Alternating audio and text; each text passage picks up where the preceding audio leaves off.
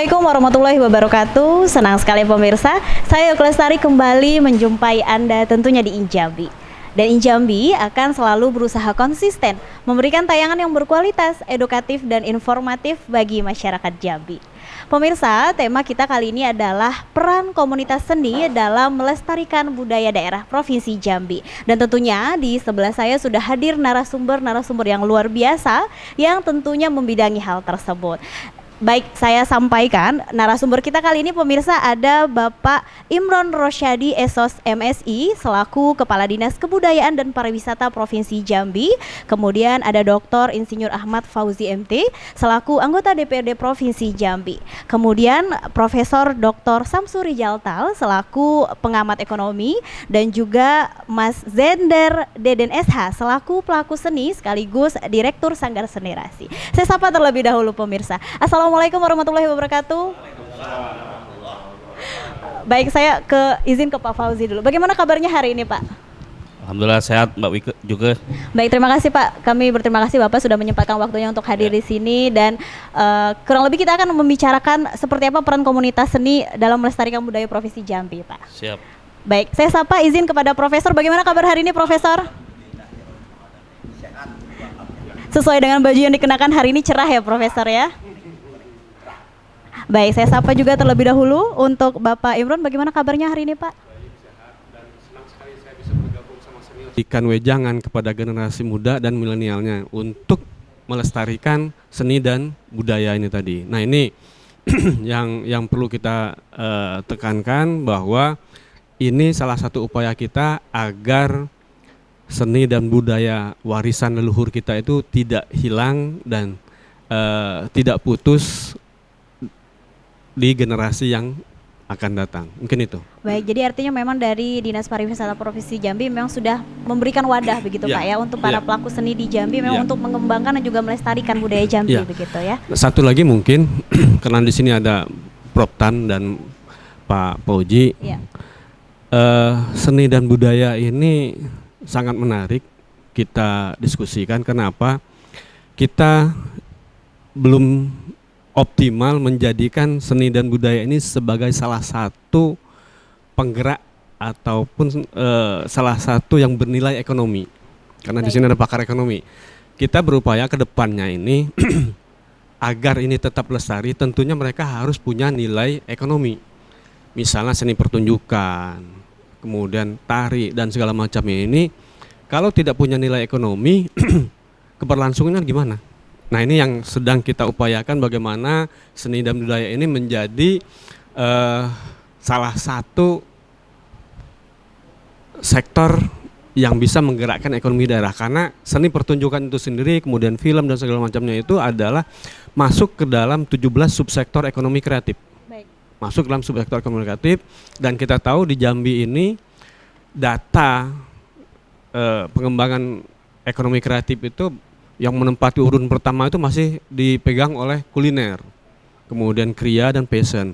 Yang lainnya seperti seni, fotografi, seni, pertunjukan dan lain-lain ini masih di bawah jauh gitu kan, jauh 0,0 sekian persen, 0,1% kontribusinya terhadap ekonomi kreatif di Provinsi Jambi. Mungkin ini sebagai pembuka diskusi kita sore ini. Baik, tadi sudah dari Pak Imron sudah sempat menyinggung nih dari Prof. Prof, ini bagaimana tanggapannya yang disampaikan oleh Pak Imron tadi?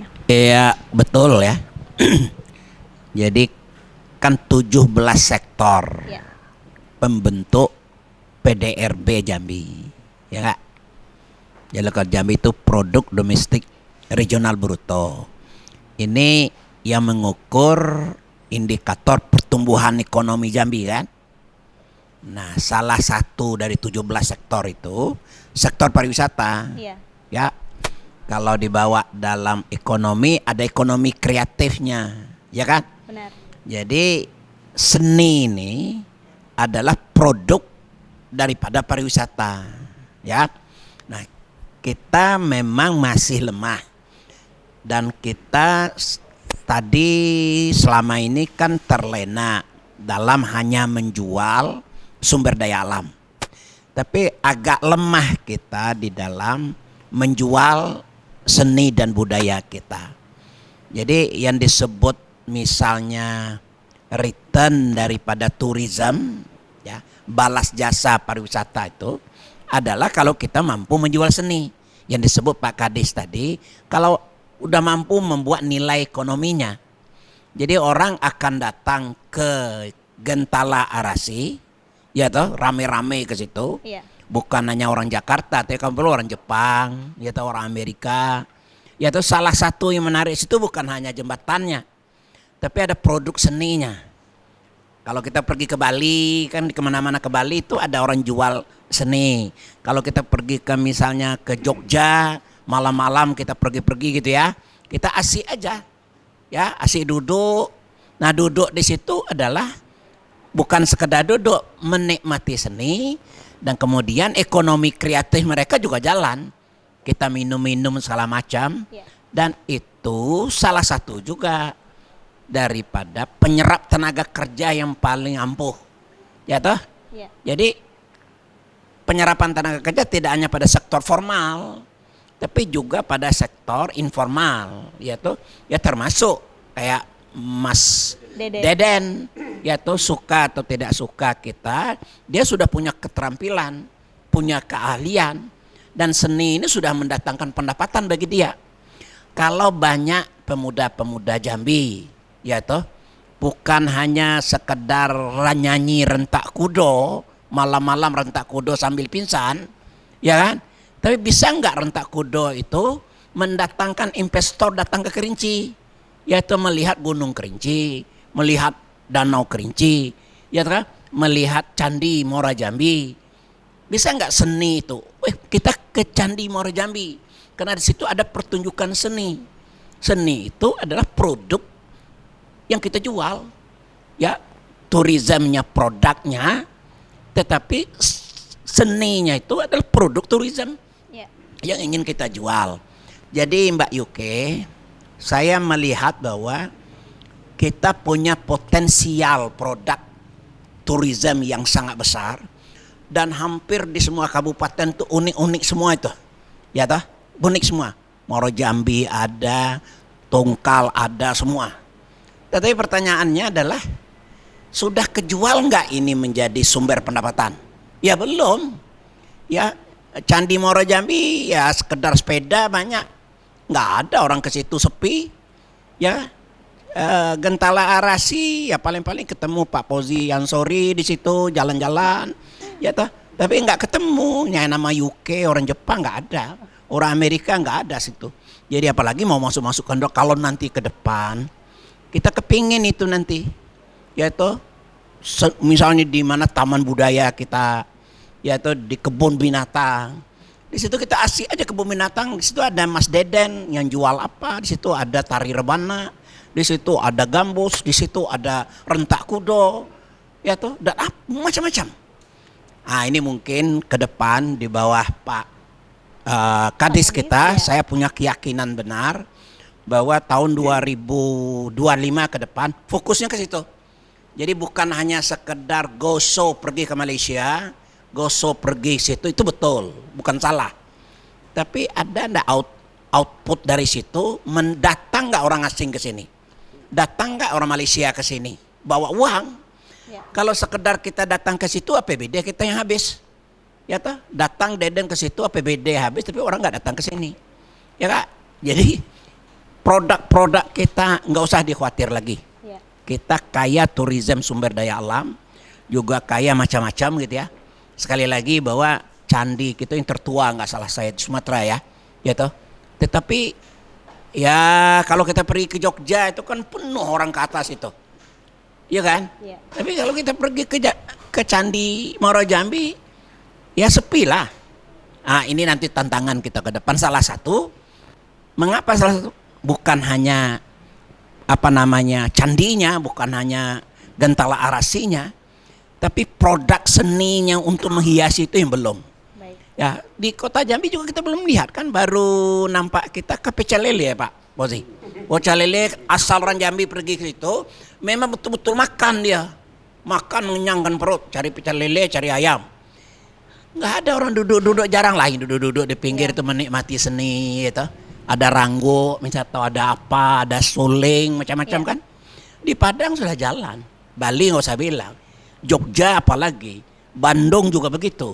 Nah, nanti kita Pak Kades akan begitu nanti, yakin saya di bawah kepemimpinan Pak Kades, pariwisata kita, seni dan komunitas ini betul-betul harus kita bina ke depan sehingga menjadi sumber pendapatan yang akan meningkatkan pertumbuhan ekonomi Jambi. Dan sekali lagi menyerap tenaga kerja yang banyak. Dan orang tidak hanya tergantung PNS. Ini sibuk PNS, P3K dan macam-macam gitu ya. Ya betul. Padahal gaji di situ itu lebih besar daripada P3K. Dia sanggup jadi honor di Provinsi Jambi gaji cuma misal gitu 1 juta. Ya misal gitu ya. Padahal produk seni bisa datang 4 juta. Ah ini belum dilihat ini. Mungkin ini belum modern kita kalau belum lari ke jasa. Jadi selagi masyarakat kita hanya sekedar nanam padi, jual jagung, jual cabai, belum melirik produk seni menjadi sumber pendapatan, kita belum transformasi ke services sektor. Jadi saya pikir begitu. Terima kasih. Dulu. Ya Baik. oke. Jadi artinya ini Ya. menjadi PR kita bersama dari segala sektor begitu Prof ya? Benar. Jadi ekonomi begini. Pertama yang paling rendah itu produk primer. Jual cabai, jual jagung, bla-bla segala macam. Naik dikit jual sepatu, jual pecel lele, sekunder itu. Naik dikit lebih tinggi jasa. Kalau lo bisa jual penyanyi dari Jambi, Ranggo dijual, apalagi tari rebana dijual, ini dijual segala macam tuh ya. Wah itu hilirisasi hilirisasi sektor jasa. Itu sudah bagus sekali. Dan itu tugas kita ke depan. Terima kasih. Baik, seru sekali perbincangan kita pemirsa. Saya beralih ke Pak Dewan nih. Pak Dewan sebagai pengawas tentunya, seperti apa sudut pandang Bapak kepada pelestarian pariwisata dan juga melestarikan budaya Jambi? Namun tahan dulu Pak jawabannya, kita terkendala waktu. Baik. Kita akan jeda pemirsa, tetaplah bersama kami di Injambi.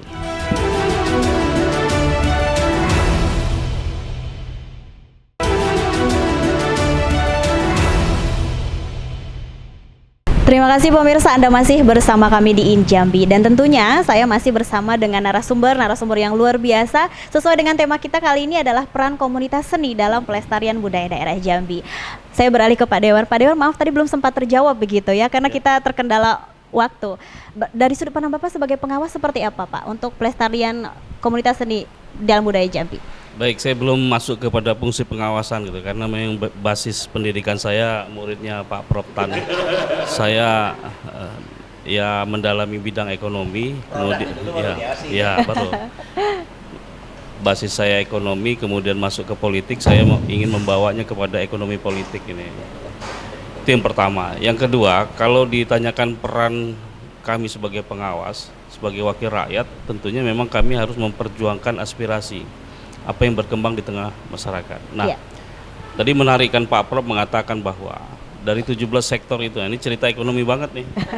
17 sektor kan salah satunya juga sektor pariwisata ya, Ya. pembentuk PDRB ya, untuk perekonomian di Jambi. Nah hari ini kalau mau jujur Jambi ini masih bergantung kepada sumber daya alam. Sektor yang memberikan kontribusi terhadap PDB itu pertambangan lebih dulu, kemudian perhubungan, transportasi. Nah, yang kepariwisataan ini sebenarnya potensinya besar, tetapi dia belum memberikan kontribusi terhadap pembentukan PDRB Provinsi Jambi. Sehingga menurut saya ini menjadi tugasnya Pak Imron, bagaimana potensi ini bisa dikelola, di-maintain secara baik, dan dia berkontribusi terhadap perekonomian di daerah. Nah, tadi kan dijelaskan oleh Mas Deden tadi, ini kan menjadi bahagian dari sektor ekonomi kreatif, kemudian kerjaannya menjadi industri kreatif. Sampai tadi pertunjukan sampai ke Jerman, ke batas Malaysia dan Thailand, itu luar biasa. Nah, oleh karena itu pemerintah dalam hal ini Pak Imron yang diberikan kewenangan mengatur tentang kepariwisataan oleh Pak Gubernur, dia harus mampu menangkap itu dan memberikan fasilitasi terhadap komunitas-komunitas ini. Jangan mereka dibiarkan tumbuh liar, berkreativitas untuk menuangkan rasa seninya ya. Itu di sebarang tempat, tidak terkoordinir gitu. Dan tugas pemerintah itu memfasilitasi terhadap mereka-mereka yang berinisiatif untuk menumbuhkan aktivitas yang kemudian tadi Prof mengatakan berorientasi kepada lapangan pekerjaan. Mereka tidak dibayar oleh pemerintah. Tugas pemerintah, nah dalam konteks ini sebagai wakil rakyat dan fungsi pengawasan kami Dewan, kami juga harus memberikan ruang ya secara regulasi, dan alhamdulillah Dewan di periode 2019 dan 2024 ini sudah melahirkan Perda Nomor 5 tahun 2003 tentang pelestarian seni budaya itu. Nah, produk hukum ini yang kemudian menjadi payung hukum bagi Pak Imron untuk mendefinisikan program kerjanya Pak Gubernur dalam RPJMD di bidang kepariwisataan. Salah satu aktivitasnya ada di Mas Deden. Jadi sayang kalau orang seni ini sebenarnya orang-orang cerdas. Kan tidak semua orang bisa mengekspresikan karya dan karsa. Ya, kalau cerita karsa, karya itu memang luar biasa mahal. Itu tidak bisa dinilai dengan uang. Nah, oleh karena itu menurut saya perda ini dijalankan secara baik, kemudian komunitas ini difasilitasi. Munculkan program kegiatan yang ada di kepariwisataan ini yang mendorong bagaimana memberikan fasilitasi sehingga komunitas bisa bertumbuh. Ketika komunitas bisa bertumbuh dan beraktivitas, secara tidak langsung dia akan membuat bangkitan ekonomi baru dan penyerapan tenaga kerja. Bayangkan, tadi saya katakan di dialog sebelumnya, angka pengangguran kita 4,45%. Angka pertumbuhan itu peningkatan pengangguran itu 0,05%, memang kecil. Tapi kalau kita korelasikan dengan angka kemiskinan kita masih tinggi 7,55%. Maka pemerintah sudah harus konsen membuat program-program yang mendorong untuk tumbuhnya komunitas-komunitas baru bisa berkreasi dan menghasilkan uang. Ini tugas pemerintah. Nah, dalam hal ini tentunya karena pemerintahan daerah itu gubernur dengan DPR, menjadi tugas kami lah yang kemudian bisa memberikan fasilitasi itu dalam perspektif regulasi dan anggaran. Karena anggaran APBD itu disahkan oleh DPR, ya. Jangan khawatir Mas Deden, kita akan concern untuk mendorong Pak Imron ini bagaimana program-program dinas kepariwisataan ini juga bisa menumbuhkan komunitas-komunitas baru seperti ada Mas Deden yang lain yang bisa tumbuh, bisa berkreasi dan bisa menjual produk hasil karsanya, ya, hasil seninya itu ke mancanegara. Justru dibalik, mohon maaf, ini kritisi untuk kita semua, terutama pemerintah. Kami itu jarang bisa menyetujui usulan-usulan untuk lawatan seni ke luar negeri dengan anggaran beratus juta, itu kita coret. Menurut saya betul yang kata Pak Prof, dia tidak memberikan manfaat yang signifikan terhadap tumbuhnya seni itu sendiri. Paling ke sana naik pesawat, jalan-jalan, tampil sebentar, paling sejam 2 jam, sudah itu orang lupa. Tidak pernah terpikir, karena apa? Di pariwisata ini kan hanya satu yang dijual. Ketika dia punya potensi laut, ya seperti Bali dia jual, namanya air laut, sea, pantai, kemudian ya dan lain-lain bla bla bla ya seperti di Bali. Nah, Jambi ini apa yang dijual? Kita punya candi, tingkat kunjungan juga rendah. Mau dikomparasikan dengan potensi candi di misalnya di Jawa Tengah, di Magelang, ada Borobudur, itu luar biasa tingkat kunjungannya. Dan candinya lebih menarik. Kan beda. Di sini dari batu bata, di sana sudah ada perbedaan. Maka cerita danau, kita punya Danau Kerinci, bangga kita punya Danau Kerinci. Tapi ketika kita komparasikan dengan Danau Toba, nggak ada apa-apanya luasnya gitu. Nah, oleh karena itu kuncinya bagaimana memunculkan atraksi di dalam kepariwisataan. Salah satunya pekerja-pekerja seni itu dihimpun, menjual atraksi, kemudian orang bisa menikmati atraksi tersebut yang kemudian secara tidak langsung pengunjung, wisatawan baik mancanegara maupun lokal bisa mengeluarkan uangnya minimal, bisa membeli air aqua di pedagang lokal, kemudian bisa memberikan kontribusi terhadap misalnya biaya retribusi dan lain sebagainya. Nah, bisa membelanjakan uangnya dan bisa mendorong untuk lama tinggal. Karena ini ada kaitan dengan bayar hotel, makan pecel lele dan lain sebagainya, makan kuliner Jambi, tempoyak dan lain sebagainya.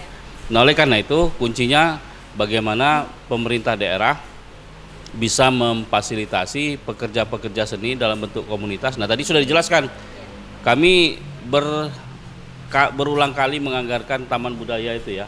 Cuma memang kemampuan keuangan daerah kita terbatas, ada yang lebih penting lagi yang kemudian harus dialokasikan anggaran, terutama yang infrastruktur, karena ini sangat berat tugas kita.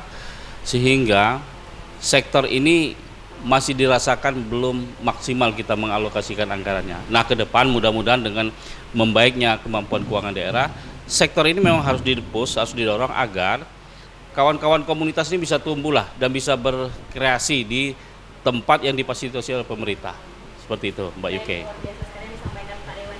Saya beralih ke Pak Hadis. Pak Hadis, bagaimana tanggapannya yang disampaikan oleh Pak Praudi dan apakah ada program-program khusus untuk melestarikan budaya daerah Jambi? Membuat seni pertunjukan, atraksi. Hanya karena keterbatasan kemampuan kita hanya mampu memberikan ruang kepada mereka atau memfasilitasi tempat. Kami memberikan tempat, misalnya kalau mereka ingin membuat pertunjukan di museum, misalnya kita punya ruang di situ agar pelaku seni dan budaya ini bisa melakukan pertunjukan di sana. Kemudian di Gantala Arasi yang disampaikan oleh Pak Prof Tan tadi, di situ kita menyiapkan tempat, ada amphitheater namanya, silahkan komunitas untuk menampilkan ininya. Nah, ini yang pertama yang kita upayakan agar hasil latihan, hasil laboratorium komunitas selama ini Taman Budaya harus muncul di permukaan ini, satu. Yang kedua, kita setiap tahun itu melaksanakan temu karya seni dan budaya.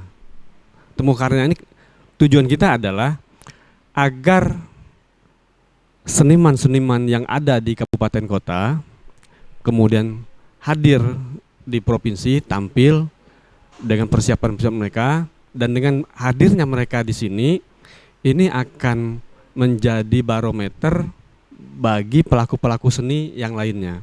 Seperti ini. Karena itu yang tradisi yang kita ini kan. Kita juga menyelenggarakan festival seni tradisi.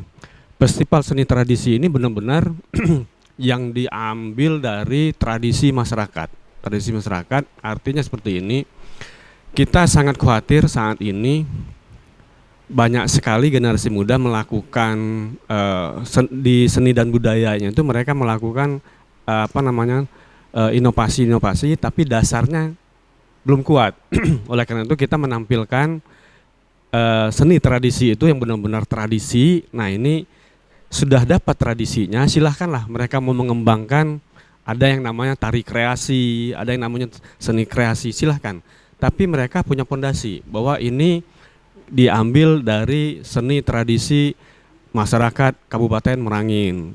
Misalnya di situ dari tradisi masyarakat di rumah tua dan segala macamnya. Nah, ini yang perlu kita jaga juga, jangan sampai seperti yang disampaikan Pak Pauji tadi, kebablasan.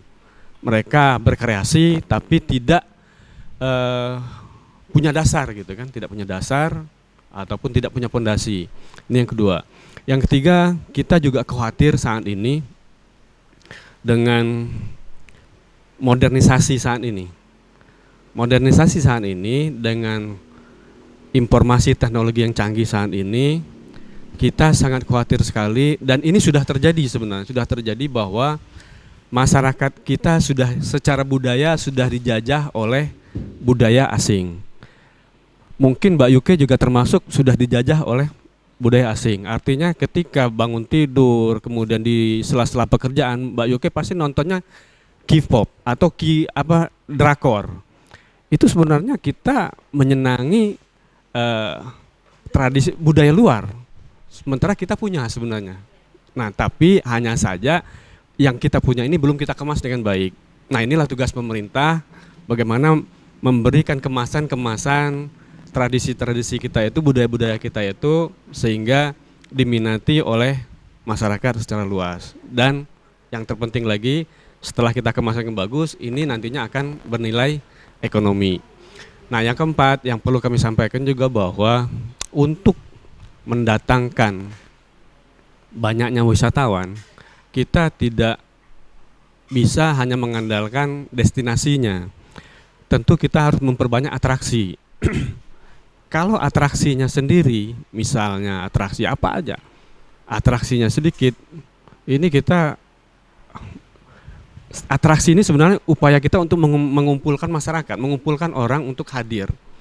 Seperti di daerah lain ini sudah banyak sekali, misalnya di Candinya sudah melakukan atraksi tiap bulan purnama, misalnya ada sandera tari ini, sandera tari itu, kemudian ada festival musik ini dan musik itu di Candinya misalnya seperti itu. Nah, kita belum.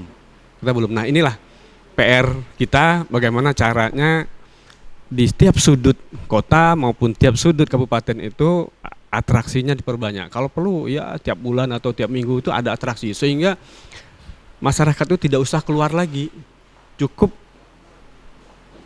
menikmati suasana di daerahnya masing-masing ataupun di provinsinya masing-masing sehingga uangnya beredar di sinilah.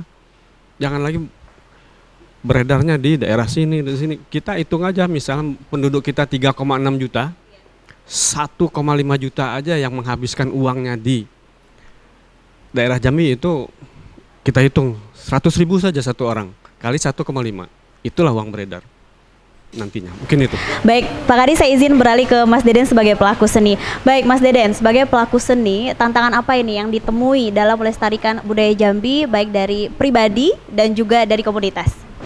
Baik, terima kasih Bapak-Bapak semua. Apa yang disebutkan sama Bapak-Bapak dan abang-abang kami di depan ini memang sepenuhnya pun juga sama menjadi tantangan bagi kami sebagai pelaku Iya. seni. Terlebih lagi jika bicara mengenai budaya ataupun tradisi daerah, yang paling menjadi kesulitan bagi kami untuk pengembangan adalah yang paling utama itu adalah basis data. Dikarenakan kita itu belum mempunyai satu basis data utama ataupun masih terpecah-pecah mengenai tradisi itu. Dan budaya yang berkembang ataupun budaya yang sudah menjadi tradisi di daerah masing-masing, di daerah-daerah ataupun yang selama ini dijalankan di masing-masing daerah, sekarang itu pewarisannya kebanyakan hanya pewarisan bentuk, bukan pewarisan nilai.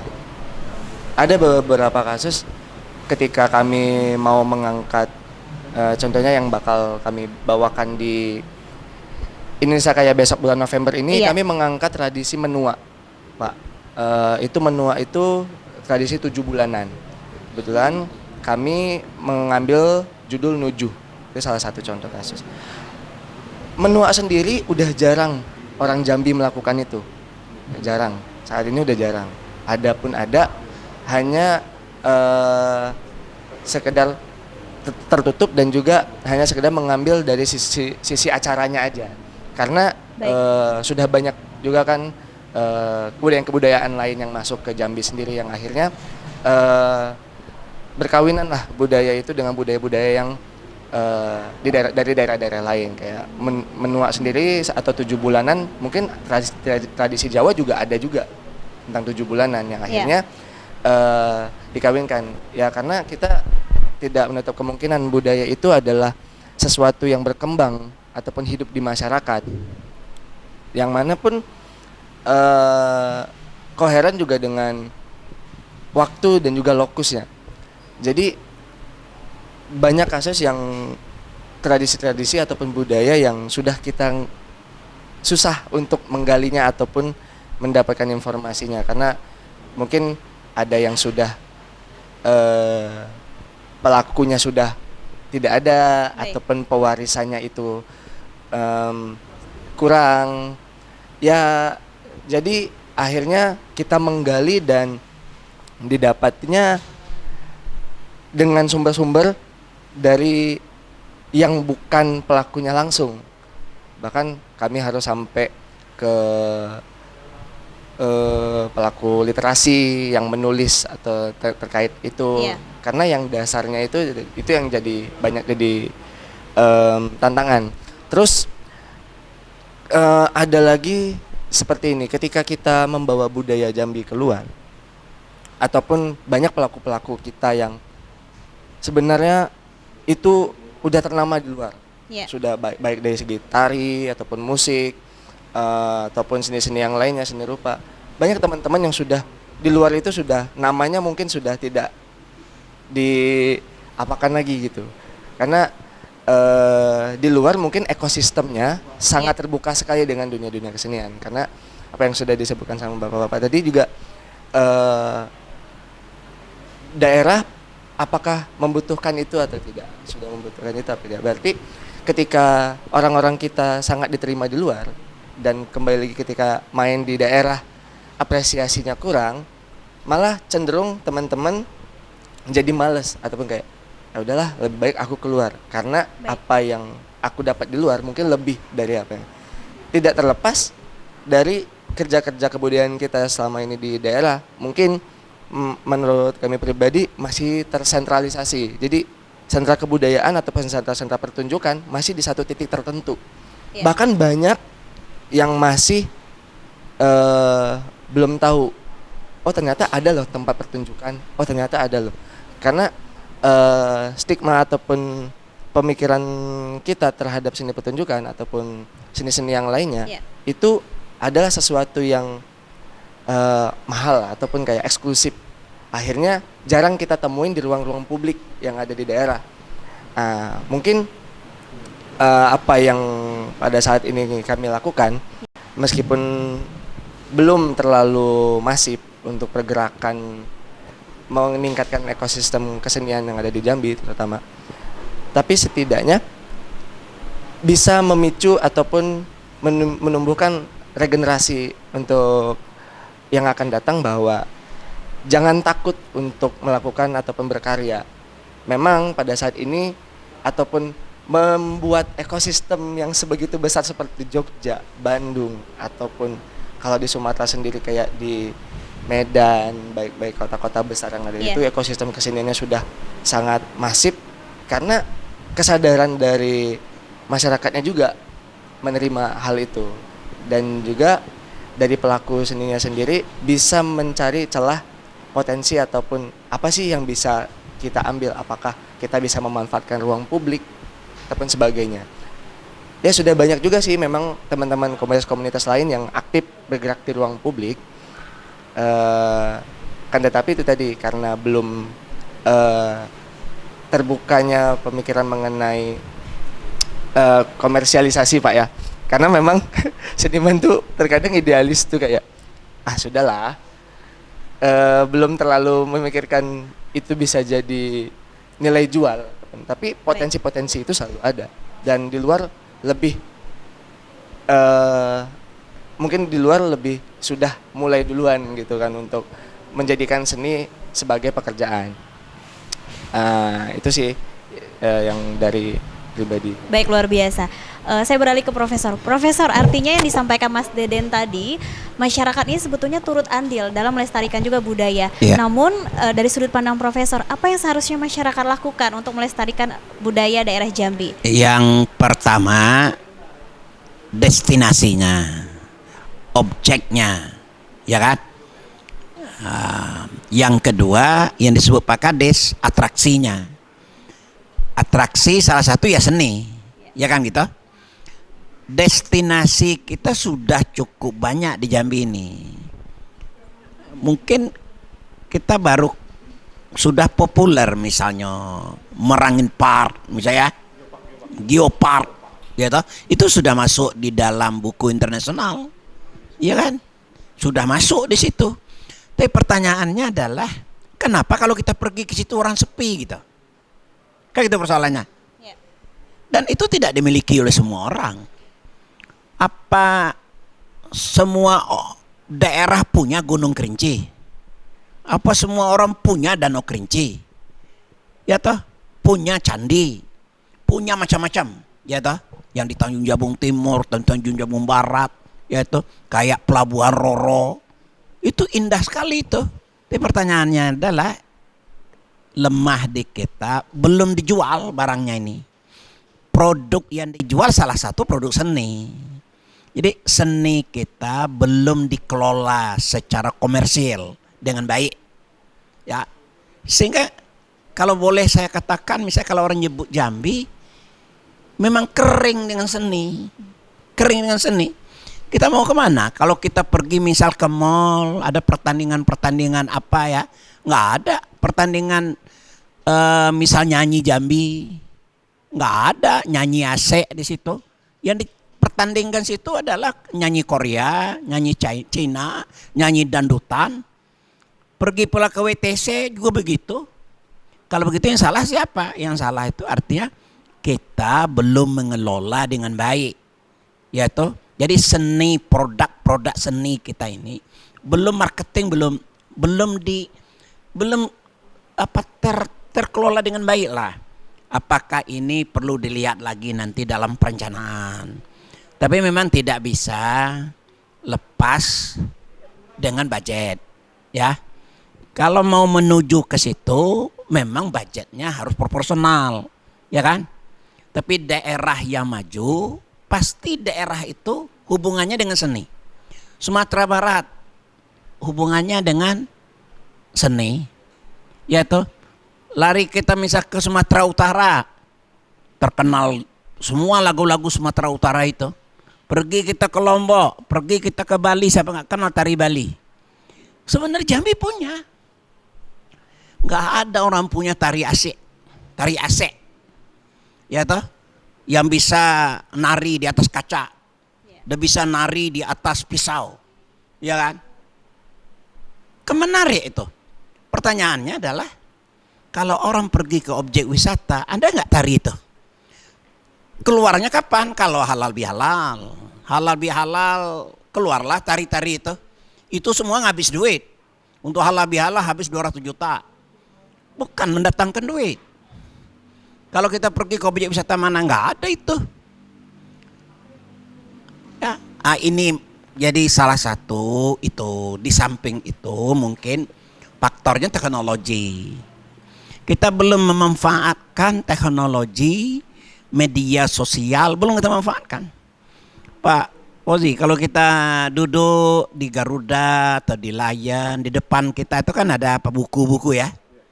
Saya cari mana ada berita turisme Jambi. Enggak ada, tapi Lombok ada. Ya toh, Sumatera Utara ada, Danau Meninjau ada. Enggak ada. Misalnya kalau di Kerinci misal terkenal misalnya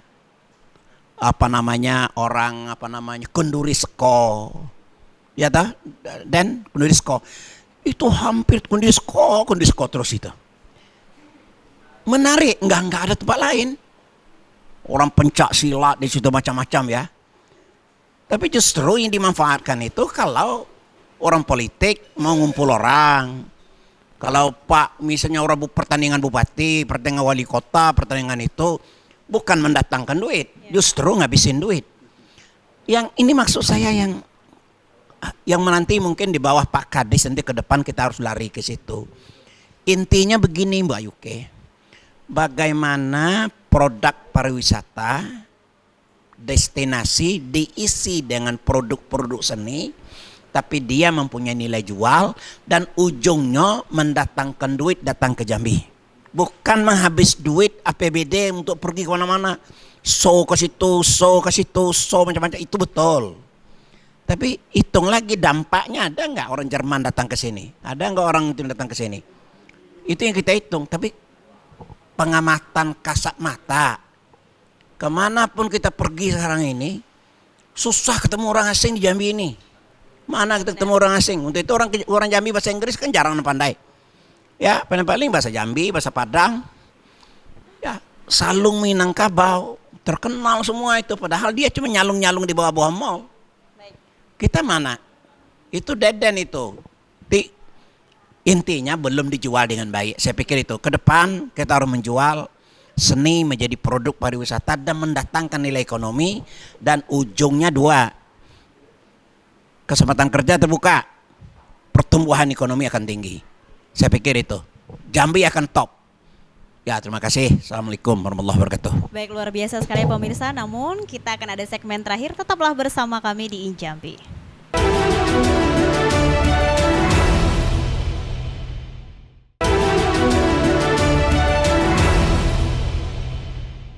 Terima kasih pemirsa, Anda masih bersama kami di Injambi. Dan segmen terakhir ini saya akan kembali ke Pak Fauzi. Baik Pak Fauzi, closing statement nih Pak. Apa yang disampaikan mengenai tema kita kali ini kepada pemirsa di rumah? Baik, jadi kalau bicara tema kepariwisataan ini sebenarnya butuh waktu yang cukup panjang. Durasi 1 jam tidak cukup. Kita tadi mendengarkan kuliah baru 1 SKS, harusnya 3 SKS ya. Sehingga nanti memang betul-betul utuh kita memotret tentang kepariwisataan. Tetapi menurut saya sebagai closing statement, yang harus dilakukan oleh pemerintah hari ini juga membuat master plan pengembangan kepariwisataan yang hari ini memang harus disusun. Jadi Dinas Pariwisata juga punya master plan mau dibawa kemana ke pariwisata tentang Jambi ini. Baik itu wisata budaya, wisata alam, wisata kreatif dan lain sebagainya itu memang harus disusun perencanaan karena perencanaan yang baik itu sebenarnya adalah 50% keberhasilan. Bayangkan kalau tidak ada perencanaan, gimana mau berhasil pengembangan wisata? Itu satu. Yang kedua, yang memang harus kita dorong ke depan ya, adalah bagaimana membangun infrastruktur kepariwisataan di Provinsi Jambi. Kita punya Danau Kerinci, jalan kita belum baik. Sehingga orang waktu tempuh dari kota Jambi sampai ke Kerinci butuh waktu 12 jam. Siapa yang mau berkunjung? Ya kan? Nah oleh karena itu infrastruktur menjadi penting. Dan yang kedua, saya kira memang kreativitas menumbuhkan atraksi seni. Sehingga ada daya tarik orang mau menonton pertunjukan seni. Ya. Dan ini memang sangat bergantung dengan bagaimana aktivitas kawan-kawan pekerja seni ini juga untuk berkreatif menghasilkan produk-produk seni yang betul-betul bisa dinikmati orang. Nah yang terakhir, tidak bisa dipungkiri bahwa ini sebagai closing statement, ini era digitalisasi, era informasi. Jadi memang digitalisasi tentang seni ini, kepariwisataan ini perlu juga digagas. Nah makanya kembali kepada statement saya yang pertama tadi, master plan pengembangan kepariwisataan di Provinsi Jambi harus dibuat, di dalamnya diaturlah itu tentang bagaimana digitalisasi di bidang kepariwisataan. Saya kira itu. Terima kasih Mbak Yuke. Baik, luar biasa, saya ucapkan terima kasih ke Pak Fauzi, kepada Prof Tan, dan juga Pak Kadis, dan juga kepada Mas Deden. Mudah-mudahan kita bisa ketemu lagi untuk dialog selanjutnya, karena sepertinya dialog kita kali ini seru dan waktunya memang kurang begitu ya. Dan pemirsa, tidak terasa sudah 1 jam kami bersama Anda. Jangan lupa selalu saksikan Injambi setiap hari Senin jam 8 malam hanya di JEK TV Inspirasi Kita. Akhir kata saya Yuke Lestari pamit undur diri. Assalamualaikum warahmatullahi wabarakatuh.